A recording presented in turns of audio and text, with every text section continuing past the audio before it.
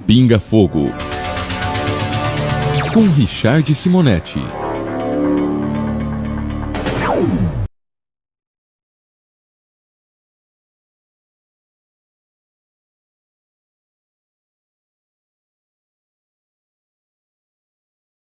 Eclosão de manifestações. O Brasil jamais será o mesmo. O clamor em favor da ética e da moral é geral. Richard, finalmente o nosso povo acordou? A paz de Jesus, o Mestre Supremo, esteja em nossos corações. Eu lembro uma expressão muito interessante de Abraham Lincoln, o grande presidente americano, quando ele diz que pode se enganar a alguns por todo o tempo, a todos por algum tempo, mas não se pode enganar a todos por todo o tempo. Essa expressão é muito interessante e nos fala do despertar da consciência nacional das pessoas que vivem no país, que de repente começam a perceber que estão sendo enganadas, que há desmandos que são cometidos. E é exatamente o que está acontecendo no Brasil. Nós sabemos que a corrupção está quase que institucionalizada em nosso país, envolvendo o meio político. Sabemos que há muita coisa errada que tem que ser consertada, há muitas leis que têm que ser apresentadas e aprovadas. Enfim, há muitas mudanças, que parece que não há interesse nenhum nessas mudanças. Então o povo está acordando para isso. Acho que essas passeatas, essa movimentação toda, é tudo altamente salutar. Acho muito importante essa movimentação, que é uma forma de pressionar os políticos. Ainda estava lendo na revista Veja uma coisa muito interessante, falando que Brasília precisa voltar a viver no Brasil, porque o povo de Brasília parece que são ETs, né, que são extraterrestres, que não tem nada a ver com o Brasil, onde há carências envolvendo saúde, educação, enfim, todos os setores da atividade brasileira, nós vemos problemas, e não por falta de dinheiro, mas por mau uso dos recursos. Então, acho esses movimentos muito importantes, que devem existir, só que há um detalhe, eu lembro de Gandhi, que fez uma revolução na Índia, libertando o povo indiano da tutela inglesa sem derramamento de sangue. Ele tinha uma expressão que eu acho fundamental e que deve ser lembrada por todos aqueles que estejam interessados na mudança do país e participando, inclusive, desses movimentos. Gandhi dizia o seguinte: não há caminho para a paz é o caminho. Ele quer dizer o seguinte: para nós reivindicarmos mudanças, é preciso que estejamos em paz. Se fizermos a coisa de uma forma agitada, jamais conseguiremos pacificar o nosso país, jamais conseguiremos alcançar os objetivos desse movimento todo. Então, esses excessos que têm sido cometidos, inclusive por pessoas mais exaltadas, podem comprometer o movimento. De repente, podemos nos ver numa situação muito difícil no nosso país. Então, é uma mensagem que eu entendo que todos devem assimilar bem. Se nós queremos mudar o país, é bom que nos movimentemos, que façamos aos políticos saber que nós não estamos satisfeitos com o que está acontecendo, mas fazer a coisa em paz, né? Porque o tumulto, a guerra, não leva a nada. Nunca tivemos uma situação melhor para um país ou para uma coletividade na base do derramamento de sangue, na base da guerra, principalmente a chamada guerra civil. Entendo até que esses movimentos têm também o apoio da espiritualidade. Os mentores espirituais da nossa pátria, eles também procuram nos auxiliar nesse particular, mas é preciso que façamos a coisa como verdadeiros cristãos, né? Sem abusar, sem ultrapassar os limites da sobriedade, do discernimento, seria por aí.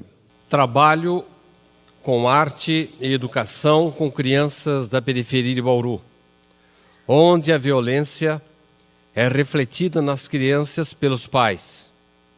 Apenas a ajuda de psicólogos, acredito que não será o suficiente. Espíritos obsessores já podem ter se aproveitado dessas crianças entre 7 e 11 anos? As crianças, principalmente nessa faixa etária, têm uma assistência do mundo espiritual. Não dá para dizer que são crianças que estão sendo envolvidas por espíritos obsessores. O que acontece é que, em face do próprio meio em que essas crianças se desenvolvem, das suas limitações, do subdesenvolvimento até de células cerebrais, que impede uma visão mais abrangente, mais realística, até das suas próprias necessidades, é que leva a criançada à rebeldia. Já o adolescente tem uma tendência normal para a rebeldia. Numa situação dessa, injustiça social, em que essas crianças estão praticamente marginalizadas, fica mais fácil entrar para o desvio. Não obstante, a proteção da espiritualidade. É meio difícil que obsessores consigam se aproximar de uma criança de 7 anos, 8 anos, levando a um comportamento vicioso ou irregular. Normalmente, essas crianças têm uma proteção do seu mentor espiritual. É a partir do despertamento do espírito, quando ele entra na posse de suas faculdades, quando ele mostra quem ele é realmente, isso logo depois de concluída a adolescência, lá para os 16 anos, que ele começa realmente a ser sensível até a influências espirituais que possam desajustá-lo ou levá-lo a um comportamento irregular. Antes que isso aconteça, e até para uma recuperação dessas crianças, eu entendo que esses movimentos que são feitos, de ter um time de futebol, de ter uma prática artística, de ter uma orquestra mirim, uma série de coisas que nós vemos aí diuturnamente acontecer no Brasil, eu acho ótimo isso. Temos visto na televisão casos exemplares de pessoas marginalizadas pela miséria, né? Crianças que de repente vão aí para um curso de balé, vão para um time de futebol, vão para atividades variadas aí bem orientadas, que lhes permite superar a pressão do ambiente onde estão sendo criadas e modificar o seu comportamento. Eu acho que o caminho realmente é por aí. O grande problema que eu vejo em relação a esses problemas sociais, que a gente sempre debita ao governo, né, o responsável por tudo, ele tem a sua cota de responsabilidade. Mas a sociedade também é responsável. Nós podemos notar, vemos esse movimento aí que está expresso na pergunta, deve ter uma pessoa, 2 ou 5 trabalhando. E se nós tivéssemos milhares de bauruenses, por exemplo, participando de um trabalho assim? A população, de um modo geral, é muito omissa em relação a esses problemas sociais. As pessoas, quando muito, dão uma contribuição mensal, uma obra social, bom, já é alguma coisa, mas está longe do ideal, que o ideal seria a população toda, válida, de classe média abastada, classe rica, envolver-se. Imaginemos aí a população válida da cidade de Bauru preocupada em atender crianças na periferia. Nós resolveríamos o problema, com milhares de pessoas participando, desenvolvendo iniciativas, trabalhos, é que geralmente a população ela é omissa, ela não participa. E eu fico pensando que daqui a algumas centenas de anos, sei lá, talvez milhares de anos, numa sociedade mais evoluída que vicejará na Terra, a sociedade cristianizada do mundo de regeneração, olhando para o passado e observando o nosso tempo, eles vão ficar admirados. Será que eles nunca pensaram, não imaginaram que jamais poderia haver equilíbrio numa comunidade, enquanto a legítima fraternidade não inspirasse o empenho de todos em favor do bem comum? É assim que uma sociedade realmente irá se modificar, quando houver um empenho da população válida no sentido de fazer alguma coisa. O egoísmo é o elemento predominante no coração humano, infelizmente. Então, tudo fica difícil quando nós conjugamos o verbo de nossas ações na primeira pessoa do singular. Eu quero, eu posso, eu faço. Quando aprendemos a conjugar o verbo de nossas ações na primeira, do plural, nós queremos, nós podemos, nós fazemos, beleza. Aí nós nos envolveremos mais com os problemas sociais, sem debitar a solução ao governo. Nós podemos fazer muita coisa nesse sentido, depende de nós. Falamos geralmente que espíritos de criminosos, agressivos, cruéis, são originários do umbral. O uso de aviões por nossas autoridades para assistirem a jogos de futebol e casamentos, enquanto pessoas morrem em macas em corredores de hospitais, não é um desvio, um descaso para com a população brasileira? Esses homens devem realmente nos governar? Eles realmente nos representam? Que espíritos são esses, Richard? O problema é nós temos que levar em consideração um ditado bem antigo que diz que cada povo tem um governo que merece. E quando eu falo cada povo tem um governo que merece, no meu entender, não é a questão do voto apenas. É você votar em fulano ou ciclano, porque mudam os políticos e a situação permanece a mesma. O Congresso, a cada eleição, pelo menos 25% dos congressistas saem, entram outros 25%. Quer dizer, em 2, 3 legislaturas, muda totalmente o Congresso. E continua do mesmo tamanho. Por quê? Porque o Congresso é o povo que está no poder. Não adianta criticar os congressistas. E eles são o povo no poder. Quando o povo melhorar, nós teremos gente boa lá dirigindo a nação. Então, a revolução que se tem que fazer não é revolução política de pôr gente boa lá. Porque enquanto o povo tiver um tipo de comportamento orientado pelo egoísmo que nós conhecemos, nós vamos ter sempre políticos corruptos, desonestos, que vão tentar aproveitar no cargo que estão ocupando para proveito próprio. Então não adianta culpar, nós temos que pensar na mudança de comportamento da população. Realmente nós temos aqui no nosso país, aliás no mundo todo, espíritos que reencarnam ainda dominados por impulsos de egoísmo. Isso é quase que a totalidade da população age assim.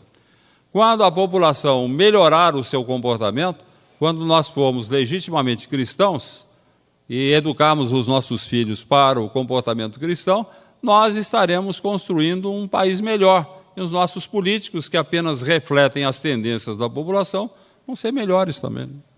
Então, isso é fundamental. Se nós queremos realmente um Brasil melhor, é preciso que melhoremos o nosso comportamento.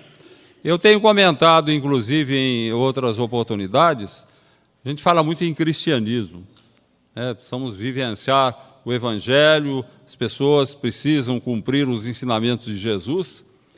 Mas toda vez que eu pergunto, que a gente faz pesquisa de opinião, isso acontece muito em cursos de espiritismo ministrados nesta casa, daí eu chego e pergunto, quem já leu o Sermão da Montanha? De um grupo de 50 pessoas, 1, 2 lá, levanta a mão. Peraí, não leram? O Sermão da Montanha é a síntese do pensamento de Jesus. No sermão está contido por inteiro o pensamento de Jesus, a sua orientação, de uma forma muito singela, simples, ao alcance de qualquer entendimento. Mas se as pessoas não conhecem nem o Sermão da Montanha, e conhecer, eu estou falando, estudar, então, nem se fala. Né? Se as pessoas não conhecem, não estudam, como é que vão colocar em prática as lições de Jesus se não estão familiarizadas com elas? Por isso eu sempre falo, a educação infantil é fundamental. Nós temos que educar as nossas crianças para o Evangelho, trazer Jesus para o cotidiano. Nós gostamos de falar em Jesus nos círculos religiosos. Quem é que fala em Jesus no ambiente profissional, na rua, no círculo de atividade social? Ninguém fala. Nós temos constrangimento de falar em Jesus. Quando surge um problema na nossa casa ou no ambiente de trabalho, nós falamos assim, olha, Jesus ensina tal coisa assim, tal passagem, está bem de acordo com o que está acontecendo conosco. Quem é que faz isso? Ninguém faz, ninguém lembra de Jesus, dos seus ensinamentos, na hora do aperto, das dificuldades. Quando muito nós oramos pedindo a Ele que nos ajude, mas não oramos no sentido de que Ele nos ajude a colocar em prática o que Ele ensinou, que é onde está a solução dos nossos problemas maiores. Agora, para colocar em prática o que Ele nos ensinou, eu tenho que aprender o que Ele nos ensinou. Aí é que eu digo, nós temos que trazer Jesus para o cotidiano. Aprender a conversar com os nossos filhos em termos de Jesus. Fazer o Evangelho no lar, que é essa prática salutar, uma vez por semana, conversamos sobre o Evangelho, faz uma prece, um comentário sobre temas de atualidade à luz do Evangelho. Está acontecendo isso assim, assim, o que é que Jesus fala? Vamos lá no Evangelho, a orientação de Jesus. Porque é nos familiarizando com o Evangelho que nós vamos ter a coragem de superar as nossas limitações para vivenciar o Evangelho. Enquanto o Evangelho estiver apenas na superficialidade da crença, enquanto nós nos limitarmos a frequentar as igrejas, os templos, os centros espíritas, para uma comunhão com a espiritualidade, à procura dos favores do mundo espiritual, nós continuaremos assim. A religião, fundamentalmente, tem que ser uma escola para nós. Não tem que procurar uma igreja católica ou evangélica ou um centro espírita para receber benefícios. Nós temos que procurar para receber rudimentos de orientação, a base do Evangelho, saber como que nós devemos nos comportar na vida social, como devemos nos comportar no lar, como enfrentar as atribulações, as dificuldades e os problemas que estão surgindo. Enquanto nós não fizermos isso, nós não teremos um comportamento evangelizado. Enquanto a população não for evangelizada, nós teremos o caos em que nós estamos vendo. O Brasil está se precipitando no campo político, considerando que os políticos apenas refletem aquilo que a população pensa e faz por aí. Na revista Veja de hoje, Richard, Maílson da Nóbrega faz uma interessante correlação do capitalismo com vários textos da Bíblia. Será que os políticos resolveram estudar o Evangelho, Richard? Não, eu já li esse artigo do Maílson da Nóbrega, por sinal escreve muito bem, é um grande economista, colega nosso do Banco do Brasil, né? Foi funcionário do Banco do Brasil. O que o Maílson fala é o seguinte, que muita gente defende a ideia do socialismo. Né? Socialismo, o governo comandando tudo, ninguém tem propriedade, cai no comunismo. Que isso resolveria o problema da humanidade. Não resolve, porque o socialismo, onde ele foi implantado, ele surgiu como uma ditadura do Estado. E pior, uma ditadura totalitária, aquela que impõe uma crença, que impõe um regime, uma maneira de pensar para o povo. O povo não tem liberdade nem de pensar. Não é o regime ideal. E o capitalismo, ele tem as suas vantagens na medida em que estimula a iniciativa individual, isso é fundamental em favor até da economia de um país. Se você, num regime comunista, você não tem que... Você trabalha numa fazenda, por exemplo, se você produzir, trabalhar bastante, você vai ter lá, digamos, 10 sacas de arroz por ano, e se você não produzir, não trabalhar, vai ter as mesmas 10 sacas, quer dizer, você não vai ter estímulo nenhum. Durante o regime comunista, o alcoolismo na Rússia atingiu a estratosfera. Um negócio preocupante, aliás, ainda hoje existe lá, o alcoolismo. Por causa do tipo de regime, de maneira de lidar com as coisas. E o capitalismo, por sua vez, ele estimula muito a iniciativa individual, mas favorece também o comportamento egoístico, em que o cidadão quer ganhar cada vez mais, em detrimento daqueles que ganham cada vez menos. Também não serve. Nenhum ismo resolve o problema. Comunismo, socialismo, capitalismo, nada resolve o problema. Nada resolverá enquanto o homem for egoísta. No dia em que nós não formos egoístas, nós vivemos em função do todo, do conjunto e não em função dos nossos interesses pessoais, qualquer regime funcionará. Seja o comunista, capitalismo, democracia, qualquer funciona. Quando as pessoas começam a pensar no próximo, preocupadas mais com o semelhante do que consigo mesmas. A coisa seria por aí. Você falou em alcoolismo, e há uma pergunta aqui a respeito do alcoólatra, quando chega na espiritualidade. Ele é recebido lá e também recebe tratamento? Depende muito da condição dele. Se ele for um cidadão... Às vezes a gente encontra alcoólatra, eu conheço alcoólatra, que é uma boa pessoa, um cidadão de bons princípios, mas ele, infelizmente, tem essa fraqueza e ele caiu no alcoolismo. Acabou desgraçando com a sua vida, perdeu a família, acaba desencarnando. O que vai acontecer com ele? Ele não é uma má pessoa, ele vai ser bem amparado pela espiritualidade, mas ele vai chegar lá em péssimas condições, num destrambelho perispiritual total, né? Ainda que ele seja amparado por instituições, porque ele é um homem que ora, é religioso, é uma pessoa boa, mas é alcoólatra. Ainda que ele seja bem amparado, ele vai estar em péssimas condições, porque o álcool desajusta o indivíduo perispiritualmente. Todos os vícios nos desajustam perispiritualmente, quer dizer, atingem o perispírito. Ele vai sofrer muito na espiritualidade, que não é um doente, ele vai doente para a espiritualidade, embora possa ser até internado no hospital, amparado, mas ele vai estar doente, vai sofrer muito. As consequências da sua inconsequência aqui na Terra, da sua viciação. Quando reencarnar, ele vai ter limitações físicas que vão atuar também como contenção da tendência para o alcoolismo, porque o vício tem esse grave problema, ele condiciona o perispírito. O alcoólatra, o fumante, o drogado, ele vai ser viciado no mundo espiritual, porque o perispírito é condicionado, não é apenas o corpo. E é por isso que nós temos tantos viciados aqui na Terra, que são obsidiados por viciados desencarnados. É até uma questão interessante essa, O cidadão é alcoólatra, ele desencarna, ele continua alcoólatra. No mundo espiritual não há possibilidade de satisfazer o vício. Ele passa a associar-se psiquicamente com alcoólatras aqui da Terra, para que, através dessa associação, ele possa se satisfazer. O alcoólatra bebe e ele sente o prazer colado, ligado psiquicamente ao alcoólatra. O desencarnado sente o prazer como se ele estivesse bebendo junto. Daí a dificuldade em largar do vício, porque não há apenas o condicionamento físico, há também a pressão de alcoólatras ou de viciados desencarnados que querem usar o viciado da Terra como seu instrumento para se satisfazerem. Daí o cidadão sofre, enfrenta problemas. Vou me referir ao caso anterior. Esse não vai perseguir ninguém, ele vai para um hospital, vai ser tratado. Mas só que quando ele reencarnar, ele tem desajustes perispirituais que vão se refletir no corpo físico. Vai ser aquele cidadão que vai ter um fígado em pandarecos, né? Tem um problema digestivo altamente complicado, vai ter graves limitações no aparelho digestivo, ele não vai nem poder sentir o cheiro de álcool. Ele continua viciado, ele tem a tendência, mas ele não vai conseguir beber. Então, a sua limitação física, que é fruto do desajuste perispiritual, tem por objetivo conter a sua tendência ao vício. Então, assim, a justiça divina funciona assim. Não no sentido punitivo, mas educativo.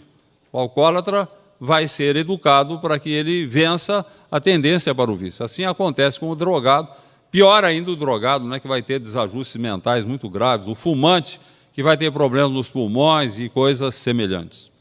Existe obsessão de encarnado em relação a encarnado? Como combatê-la?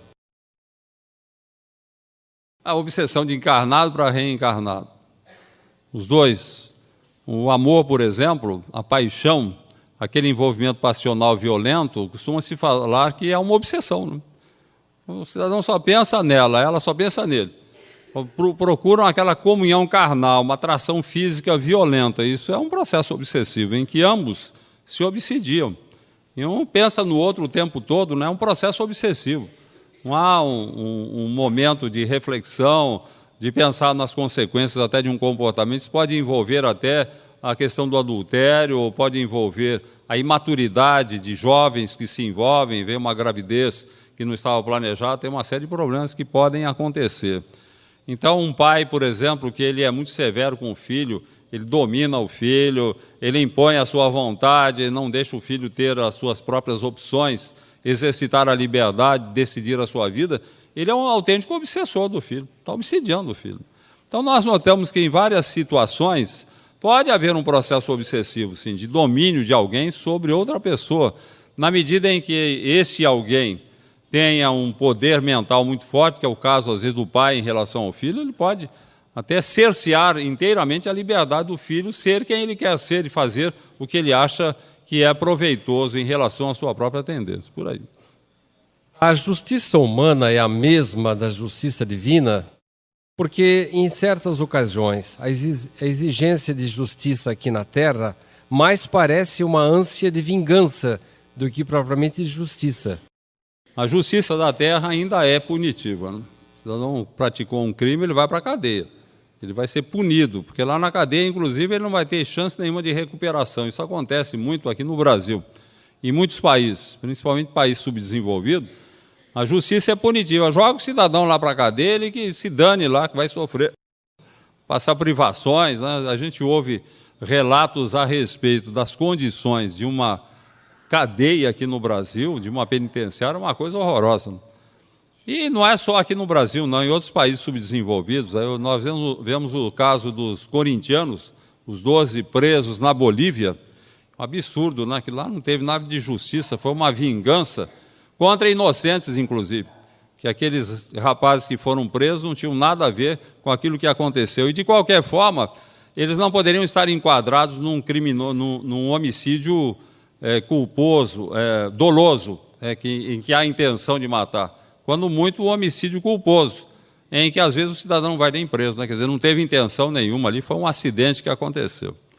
Agora, o cidadão vai para uma cadeia assim, ele ficando vários anos, como é o caso aqui no Brasil, em outros países, sem a mínima condição de recuperação, sem estudo, sem um trabalho, ele fica na ociosidade, sai de lá pior do que entrou, além da pressão do ambiente, que é um sofrimento danado. Então, a justiça aqui na Terra, em países mais desenvolvidos, a justiça já com base nos ensinamentos de Jesus, começa a compreender que o criminoso é um doente moral, ou um doente social. Ele tem que ser tratado e não punido. Então, o objetivo tem que ser esse. Você tem que tratar do cidadão para que ele se recupere. É um ser humano, é uma pessoa da sociedade humana. E você não pode simplesmente descartá-lo. Você tem que tratar dele. E a justiça divina funciona assim. Ela não tem caráter punitivo, ela tem caráter educativo. De acordo com a lei de causa e efeito, recebendo sempre de conformidade com aquilo que fazemos, nós vamos aprendendo o que devemos e o que não devemos fazer. E o tempo de sofrimento relacionado com as consequências de nossas ações nem é definido. Olha, você vai sofrer 300 anos, ou 200 anos, ou 100 anos. Não, porque vai depender da condição da pessoa. Quanto melhor ela reagir aos impositivos da lei para cercear os seus impulsos negativos, mais depressa ela vai superar os seus desajustes. E quando ela se voltar, contrariamente ao impulso inicial para o mal, ela se voltar para o bem, mais depressa ainda ela vai se livrar dessas circunstâncias educativas da lei divina, que nos dá de volta aquilo que nós fizemos para aprendermos o que devemos e o que não devemos fazer. Desencarnados participam de passeatas? Sim. Tudo bem. Os espíritos desencarnados, em grande número, permanecem aqui na crosta terrestre e envolvidos com os mesmos interesses que caracterizam os reencarnados. Então, numa passeata, nós podemos ter, sim. Ter espíritos que querem engrossar a multidão e ter espíritos ali que querem fazer a confusão, que aproveitam desses momentos, explorando pessoas que tenham tendência à violência, à baderna, para fazer confusão. Quanto maior a confusão que eles conseguirem, mais rapidamente eles estarão dominando as criaturas aqui na Terra. Então, essas passeatas têm, sim, acompanhamento espiritual. Assim como há mentores espirituais que acompanham também, tentando conter os ânimos, inspirar os seus pupilos, no sentido de que não se comprometam num gesto ou numa atividade que possa trazer desprejuízos. Muitos desses jovens que participam agora dessas passeatas, Richard, será que eles não vieram já com a ideia de que o país seria melhor e se decepcionaram? Pode ser. Não há dúvida de que as grandes transformações sociais envolvem espíritos que reencarnam com esse objetivo. De repente, nós podemos ter no seio da população brasileira espíritos já mais esclarecidos, mais evoluídos, que venham para participar de movimentos sociais visando a mudança da mentalidade. Não é simplesmente a mudança do sistema político, não é simplesmente por ordem no sistema político, mas melhorar as condições da própria população. Eu acho que é muito mais importante do que nós estarmos reagindo aos desmandos do governo, seria nós participarmos de iniciativas que visam atender a população carente, que desenvolvam em nós a vocação de servir e onde possamos dar exemplos para outras pessoas de que a solução para os problemas humanos está no espírito de serviço, não está na revolução, está no empenho de servir, de trabalhar, formando uma corrente imensa de pessoas interessadas em vivenciar o Evangelho. Beleza, fazendo assim, nós estaremos agindo de uma forma muito mais produtiva em favor de um Brasil melhor do que simplesmente fazer agitação popular. Não sou contra, acabei de falar que não, né? Mas eu acho que mais eficiente do que a agitação popular é o comportamento da população, procurando cumprir com seus deveres, sobretudo o dever maior, que é o da solidariedade, de fazermos ao próximo o bem que gostaríamos nos fosse feito, como ensinava Jesus. Ainda há pouco, respondendo uma questão sobre a infância desvalida na periferia, né, que pode ter tendências ao crime, ainda foi comentado, né, a pessoa que fez a pergunta está num movimento aí de ajudar as crianças através de uma iniciativa artística. Beleza, eu acho beleza. Aquilo que eu falei, se todos nós nos envolvêssemos, se todos nós participássemos de campanhas dessa natureza, não é só dar contribuição, não, mas arregaçar as mangas, vamos lá, resolveríamos os problemas. É que a população, de modo geral, cada um está cuidando de si, e o resto que se dane. É na base da orientação egoística do comportamento, que ainda caracteriza a humanidade, não é o brasileiro, não, caracteriza a humanidade. Qual a origem da causa e efeito? Que bela pergunta. Origem. Não tem origem da causa e efeito. A causa e efeito é um princípio, segundo o qual o que nós fazemos vem de retorno para nós. É um princípio divino. É uma lei de física, inclusive. Causa e efeito define leis de física e define também leis morais que regem a nossa evolução. É o que você faz, volta. Eu sempre lembro aquela figura do boomerang, aquele brinquedo australiano que é uma espécie de forquilha, que a gente joga, ele vai lá adiante e volta, né? As nossas ações são assim, é como se você estivesse o tempo todo, durante 24 horas, jogando a forquilha, né? Que são os nossos pensamentos, os nossos sentimentos, as nossas ações. Vai e vem, né? Você pensa o bem, vem o bem para você. Você pensa o mal, vem o mal. Isso é tranquilo. E é nesse jogo de causa e efeito que nós vamos aprendendo o que devemos e o que não devemos fazer, colhendo as consequências das nossas ações, dos nossos pensamentos, dos nossos sentimentos. Aos poucos nós iremos compreendendo que o caminho mais curto em favor de uma vida melhor é realmente o Evangelho. Você respondeu a uma pergunta sobre castigo de Deus, e dizendo que nós fomos criados para o bem, fomos moldados para o bem, e que a justiça de Deus é educativa e não punitiva. A pessoa quer que você repita essa resposta. Eu acho que já comentei isso, inclusive, Sidney, já foi comentado, né, numa pergunta anterior, a respeito da justiça divina, tendo sempre o sentido educativo, não punitivo. Ela visa corrigir e não vingar-se daquele que faz a coisa errada. Gostaria de saber como ficam os espíritos dos animais quando desencarnam. Cães, gatos, cavalos, animais domésticos. Segundo está no livro dos Espíritos, esse princípio espiritual que anima os animais, poderíamos chamar a alma do animal, alma entre aspas, né, porque é um princípio. O animal ele não tem o pensamento contínuo, nem o livre-arbítrio, consequentemente ele não é um ser pensante, não é um espírito. Mas é o princípio espiritual que desencarna. Segundo está no livro dos Espíritos, os animais não tendo pensamento contínuo, eles não tendo a visão, a possibilidade de visualizar onde estão e o que devem fazer, eles logo reencarnam. Eles são trazidos pelos mentores espirituais, dentro do automatismo da natureza, eles são encaminhados à reencarnação, pouco depois da sua desencarnação. Já André Luiz, na sua obra, ele demonstra que os animais superiores, por exemplo, o cachorro, o cachorro golfinho, o elefante, o cavalo, eles já têm o princípio espiritual mais desenvolvido e tendem a ficar mais tempo na espiritualidade.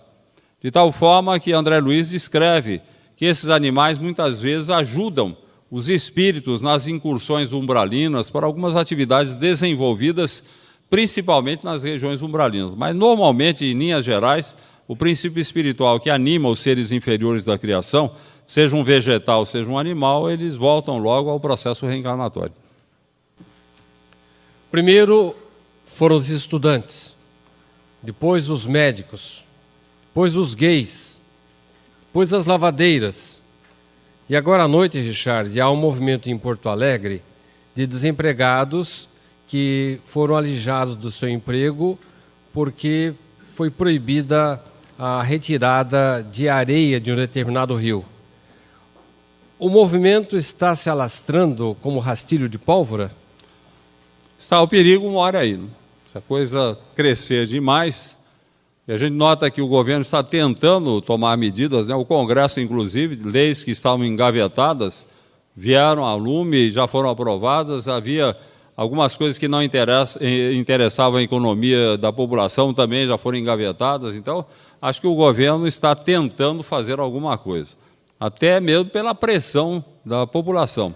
Agora, o perigo é essa reação popular crescer como um rastilho de pólvora. Isso é muito perigoso. Então, começam a aparecer as reivindicações e vão se multiplicando. Isso daí pode gerar consequências funestas. Aí é que eu acho que nós devemos orar muito. Orar, todos nós, fazer um movimento de orações envolvendo as religiões de um modo geral, orar muito, que as nossas vibrações possam neutralizar determinadas tendências inferiores que ainda caracterizam considerável parcela da população e neutralizar também a influência de espíritos obsessores que, querendo se aproveitar dessa situação, estão aí semeando a discórdia. O movimento reivindicatório é muito bom, mas dentro de determinados limites. Se começa a se generalizar, nós vamos ter uma situação muito difícil para o nosso país. Na Veja da semana passada saiu uma manchete. Então funciona? O caminho é esse? Referindo-se à movimentação rápida do Congresso e do governo executivo para resolver problemas que estavam sendo reivindicados nas ruas. Esta movimentação do governo não está funcionando como estímulo para novos movimentos? Não, isso aí é uma onda. Eu entendo que esses movimentos reivindicatórios eles surgem como uma onda, que ela vai tender a crescer, mas ela vai acabar arrebentando na praia. Ela vai chegar no momento que ela vai se esgotar. O perigo é ela crescer demais, né? Porque daí, se ela cresce demais, nós vamos ter graves problemas. A gente nota que alguns movimentos reivindicatórios estão partindo para o cerceamento da liberdade das pessoas. A gente vê os caminhoneiros, por exemplo, paralisando o trânsito nas estradas. Daí é um negócio complicado, né? Uma coisa é você fazer uma passeata e procurar fazer reivindicações ou chamar a atenção do governo. A outra é você paralisar uma estrada por onde transitam milhares de pessoas. Tivemos até morte de um caminhoneiro que quis furar esse bloqueio. Daí não dá. Quando esses movimentos eles querem impor-se com determinadas medidas coercitivas, daí estão entrando para o desvio. Isso daí não. Uma coisa é você reivindicar, a outra é você usar de violência, que é o que está acontecendo envolvendo alguns desses movimentos. Isso não é interessante. A questão da greve, por exemplo, a gente vê a greve é um movimento salutar. É um movimento que pode promover mudanças e até atender aos anseios daquela classe que está partindo para a greve. Mas a greve também tem que tomar cuidado. Hoje a própria lei prevê que, de repente, uma parte dos grevistas deve trabalhar. Um transporte público, por exemplo, não pode ser totalmente interrompido. Me parece que, pela lei, 40% dos veículos devem continuar transitando. Aqui em Bauru, por exemplo, parou tudo, né, contrariando a própria lei. Daí, quando nós cometemos excessos, nós podemos gerar prejuízos para a própria população. Ao invés de atender às necessidades da população, podemos piorar mais ainda a situação. Tudo que se faz com violência, com agressividade, com o cerceamento da liberdade individual, não funciona bem, traz prejuízos. Não há caminho para a paz, diz Gandhi. Pensemos bem nisso, não há caminho para a paz. A paz é o caminho. Você tem que estar em paz e fazer a coisa em paz para que você consiga a paz. Dizem que o verdadeiro plebiscito ocorrerá no ano que vem, das eleições de 2014. Será que o povo não vai esquecer? Eu acho que os espíritos não vão deixar. Mas é aquilo que eu já comentei, gente. Não adianta nós pensarmos na próxima eleição, agora nós vamos pôr gente boa lá. A gente que nós vamos pôr lá é gente brasileira. Enquanto o povo não melhorar o seu comportamento, a sua maneira de ser, enquanto o evangelho não prevalecer nos corações, não adianta mudar. Aquilo que eu comentei, a cada 3 ou 4 legislaturas, o Congresso muda por inteiro, quase. E continua do mesmo tamanho. Porque nós estamos tendo o povo lá mandando. Então, enquanto o povo não melhorar, nós não vamos melhorar a condição dos políticos. Então, depende do povo. Por isso que eu digo, o caminho é o da educação do povo, do empenho, do estudo, da conscientização, da vivência evangélica, e tudo que nós podemos fazer de melhor é dar o exemplo, através do nosso esforço, da prática do bem, a integração em movimentos que visem atender a pobreza, a educação do povo, a orientação, enfim, dar a nossa contribuição. Porque na medida em que essa onda, essa seria uma onda ótima, né? Já pensaram a onda de viver o Evangelho? Vamos fazer uma onda aqui, minha gente. Todo mundo vai viver o Evangelho. Vamos estudar o Sermão da Montanha, colocar em prática o que Jesus ensinou. Fazer uma grande onda, vai começar aqui no centro, vai se estender para o Bauru, vai se estender pelo Brasil, beleza. Teríamos um povo cristianizado e governos maravilhosos, capazes de promover o bem-estar e o progresso da nação, sobretudo o bem-estar da população. Estou iniciando a minha caminhada no Espiritismo. Tenho lido algumas obras muito boas, indicadas por pessoas esclarecidas no Espiritismo. Porém, tem-me pesado a impressão de barganha com os atos de bondade a que sou convidada. Imagino que isso possa se dever à minha pouca instrução, o meu pouco amor e a minha pouca fé. Comente, por favor. Eu diria que a vocação de servir começa no interesse de receber. Em princípio, nós somos mercadores, é verdade. O Espiritismo fala, você tem que praticar caridade, tem que dar plantão no albergue, você tem que atender na creche, você tem que trabalhar para que você possa sarar, para que você possa superar o seu problema, para que você possa ser feliz. Então, eu vou participar, vou fazer alguma coisa, vou dar uma contribuição mensal à obra assistencial, vou trabalhar por interesse, porque me falaram que eu tenho que fazer isso para eu viver bem, senão não vou viver. Então, realmente, nós agimos como mercadores. A gente está vendendo um produto, que é a prática do bem, para que nós sejamos felizes. Mas eu começo assim mesmo. Se nós somos movidos pelo egoísmo, o primeiro interesse é o de receber. Agora, começa no interesse de receber, lá no outro extremo, nós vamos cair na vocação de servir. Eu diria que há 3 etapas nesse particular. Num primeiro momento, você trabalha porque você quer receber benefícios. É a primeira etapa. A segunda etapa, você trabalha por consciência de dever. Isso acontece com muitos religiosos. Ele não está pensando em ser premiado, em resolver seu problema, não está pensando em nada. Ele está fazendo aquilo porque ele tem consciência de que deve fazer. Ele faz por dever. Eu vejo muita gente assim, no próprio meio espírita, católico, em todos os meios sociais, até onde não há religião, a gente vê pessoas que se sentem compromissadas, sentem que precisam fazer alguma coisa. Isso é uma coisa de dever. Elas já despertaram para isso. Já não estão interessadas em receber benefício.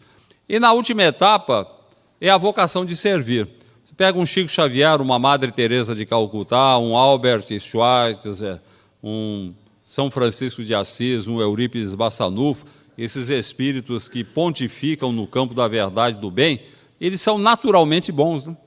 Eles servem por vocação. Eles não estão pensando em receber benefícios, nem o fazem por consciência de dever. Eu diria que eles o fazem por amor. Eles têm amor pela humanidade. Então, eles se dedicam inteiramente. A dedicação integral pede amor. Quem tem amor, se dedica integralmente. É por aí. Então, não nos preocupemos. Em princípio, é isso mesmo. Eu estou lá trabalhando, me falaram que eu preciso trabalhar para sarar de um problema que me aflige, para botar a ordem na minha família, para acalmar as minhas inquietações. Beleza, comece por aí, você está no bom caminho. Não faz mal o que você está fazendo por interesse. Um dia você vai acabar fazendo por consciência de dever, e lá adiante acabará fazendo por amor. Qual a sua opinião, Richard, como espírita, a respeito da criogenia? O fato de se congelarem corpos, na esperança de um dia a ciência trazê-los de volta, a exemplo das mumificações. Há um empresário americano que ele dizia que ninguém perderá dinheiro investindo na ingenuidade do povo. O povo é muito ingênuo. E a criogenia é fruto da ingenuidade do americano. A criogenia, me parece, só tem nos Estados Unidos. Aí o cidadão morre, e quando ele está nas vascas da agonia, está morrendo, congela. Ele deixa guardado lá 100 anos. Daqui a 100 anos a ciência vai ter condições para ressuscitar aquele corpo e fazer o cidadão sarar da moléstia que determinou a sua morte. É incrível, né? O cidadão, às vezes, é rico, ele deixa uma fortuna, porque tem que pagar, isso custa caro a beça, a criogenia. Então, ele deixa ali um patrimônio já em disposição testamentária para pagar a empresa durante 100 anos ali, até que haja condições para a ciência revivê-lo. Agora, o detalhe que eu acho inacreditável: há aqueles que têm menos dinheiro, não têm muito dinheiro para pagar, então eles congelam apenas a cabeça. Parece brincadeira, mas é verdade. Cortam a cabeça do cidadão e congelam, considerando que daqui a 200 anos vai haver condições para ligar aquela cabeça num corpo vivo e fazer o cidadão reviver. Daqui a 200 anos ele revive. É uma bobagem muito grande, não tem condição nenhuma. até porque, consumada a morte, o espírito, ele é desligado, ele vai cuidar da vida, ele vai para o umbral, vai sofrer as consequências das bobagens que ele fez aqui na Terra, vai reencarnar, não há a mínima possibilidade, nem daqui a 1000 anos, de você pegar um cadáver que já se passaram tantos anos como cadáver, embora congelado, e vai reviver. Isso aí é a história da carochinha. Não é um prenúncio assim da futura ciência? É, beleza. Uma bela fantasia. Aliás, eu acho uma lástima o cinema atualmente, ele está infantilizado, né? É incrível. A gente olha, não dá nem vontade de ir ao cinema mais. Só bobagem. Só temas infantis. Os super-heróis agora estão em moda, né? É o Batman, é o Homem-Aranha, é o Super-Homem. Incrível, o Hulk. E o povo vai e fazem aqueles espetáculos pirotécnicos. E o Frankenstein também, né? Agora tem o Frankenstein moderno, que consegue reviver. É uma bobagem, bobagem. É uma lástima, podiam fazer coisas tão interessantes no cinema, estão fazendo uma infantilização do cinema. Raramente você vê um filme hoje que realmente traga uma mensagem, seja um filme de cunho edificante, esclarecedor, não é só fantasia, coisa de gibi. Né? Os gibis estão indo para o cinema. Em caso de tratamento espiritual, é mais aconselhável procurar um hospital espiritual ou apenas os passes já são suficientes? O hospital espiritual? Qual hospital? Nós não temos um hospital espiritual, nós temos hospitais psiquiátricos espíritas, onde fazem trabalhos lá de desobsessão. Mesma coisa que você pode fazer num centro espírita. Aqui a pessoa, por exemplo, se vem para o centro, a gente sente que ela está com algum problema espiritual, vai fazer o tratamento magnético. Se ela está com depressão, tem o tratamento específico para depressão. Se ela está obsidiada, levamos o trabalho para uma orientação espiritual, trabalho de desobsessão. Então, todos os recursos espirituais são mobilizados em favor das pessoas que procuram o centro. Aliás, os médiums sempre transmitem informações da espiritualidade, dizendo que aqui o centro é um grande hospital. Ele tem vários departamentos, tem vários andares, eu digo espiritualmente falando. No plano espiritual, onde várias atividades são desenvolvidas em favor da saúde daqueles que procuram o centro. Quando nós vamos embora e fecha o centro, a atividade espiritual continua aqui no salão, em outros departamentos. Né? Espiritualidade, quem lê um pouco da obra de André Luiz, vai verificar que a quantidade de espíritos desencarnados em estado de perturbação é maior do que a dos espíritos encarnados. Há multidões por aí, que são beneficiadas em trabalhos específicos que são realizados pela espiritualidade, principalmente num centro espírita, onde a gente trata da questão relacionada com influências espirituais, no intercâmbio com o além, assim, numa visão bem mais clara e objetiva das realidades espirituais do que aquela que nos é apresentada pelas religiões tradicionais, que são especulativas, não tem uma visão do que é a realidade espiritual. Tony Ramos vai viver a figura de Getúlio Vargas num filme no ano que vem, em comemoração aos 60 anos do seu desencarne. Richard, será que esse personagem não poderia estar por trás desses movimentos, insuflando-os? Coitado do Getúlio Vargas. Ele foi um presidente populista, bem intencionado, populista, fez coisas boas, fez coisas más, estará lá no mundo espiritual. Eu me lembro que eu era menino ainda, logo depois da morte de Getúlio, em reuniões mediúnicas, o meu tio, João Simonetti, que foi fundador da rádio aqui em Bauru, que trouxe a televisão, foi um grande pioneiro, ele realizava uma reunião mediúnica, ele era muito amigo de Getúlio Vargas. E ele tinha livre ingresso lá no Palácio, né, no Catete, lá no Rio de Janeiro, era amigo do Getúlio, o Getúlio ficou hospedado na casa dele. E meu tio sentiu muito a morte do Getúlio, né? Era um grande amigo. O Getúlio, como sabemos, ele se suicidou, aparentemente para evitar uma guerra civil. De qualquer forma, foi um suicida. E diz meu tio que ele se manifestou algumas vezes lá numa reunião que era realizada lá na casa do meu tio. Eles faziam uma reunião, tinha vários médiuns, inclusive meu pai participava também como médium.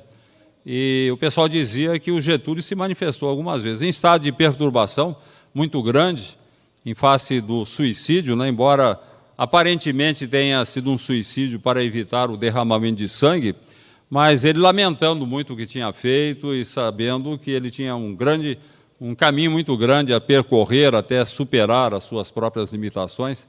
Quer dizer, é um espírito do bem, não era um espírito do mal. E nem acredito que ele esteja insuflando esses movimentos no sentido da rebeldia. Ele pode estar até trabalhando pela população brasileira e de outras formas, talvez até reencarnado, né? Já se passou tanto tempo, o Getúlio pode até ter reencarnado, nós não sabemos. Penúltima pergunta. Sou frequentador do SEAC, mas gosto muito de ir a uma casa de oração cuja linha é da Umbanda. Queria algum comentário seu. Tudo bem, o Espiritismo é a doutrina da consciência livre, você pode vir aqui na Igreja Católica, no templo evangélico, no templo de Umbanda, não há problema nenhum para a pessoa que quer ir, vai. Só que nós temos que considerar que os princípios são diferentes. A Umbanda tem o fenômeno mediúnico indisciplinado, ela não tem esse disciplinamento de um livro dos médiuns, que estabelece um intercâmbio com o além, sem recursos exteriores, né, sem práticas exteriores. Na Umbanda tem muito de artificialismo, de prática exterior, e se desvia muito daquilo que se considera um legítimo intercâmbio com o além, legítimo e proveitoso. Então, eu não aconselharia a pessoa que frequenta o Espiritismo, fique aqui. Não tenho nada contra a Umbanda, vejam bem. Não estou achando que seja uma coisa ruim, mas o modus operandi é diferente. A maneira de ser lá é totalmente diferente daquilo que se faz num centro espírita. Não estou dizendo que seja mal o que se faz lá, mas é diferente. Então, eu não aconselharia ninguém a pôr o pé nessas duas canoas. Ou você seja um bandista, um bom umbandista frequente, leve a sério, ou seja espírita, um bom espírita, leve a sério. Já que o espírito não regride, por que há alguns menos esclarecidos que insistem em investir sobre nós que seguimos Jesus? Essa questão de pessoas que combatem o religioso, aquele leva a sério, hoje, inclusive, nós temos um desafio maior. Você querer ser cristão o tempo todo, você não vai ser levado para as feras famintas, não vai ser levado para se transformar em tocha viva no ciclo romano, mas você pode enfrentar o riso, o escárnio das pessoas. É religioso, é bobo, né? Maria vai com as outras, não tem reação. Isso pode acontecer. Aliás, o apóstolo Paulo já dizia sabiamente que o cristão verdadeiro será considerado pelas pessoas, de um modo geral, como um louco. E ele dizia, abençoada a loucura do Evangelho, de você vivenciar realmente os princípios cristãos. E aqueles que combatem vão verificar um dia, ao desencarnarem, que a verdadeira loucura está no seu comportamento, distanciado das diretrizes do Evangelho, que nos indicam o caminho mais acertado para que possamos cumprir com os nossos deveres e nos habilitarmos a uma situação melhor para o nosso espírito. Seria por aí. Jesus nos abençoe.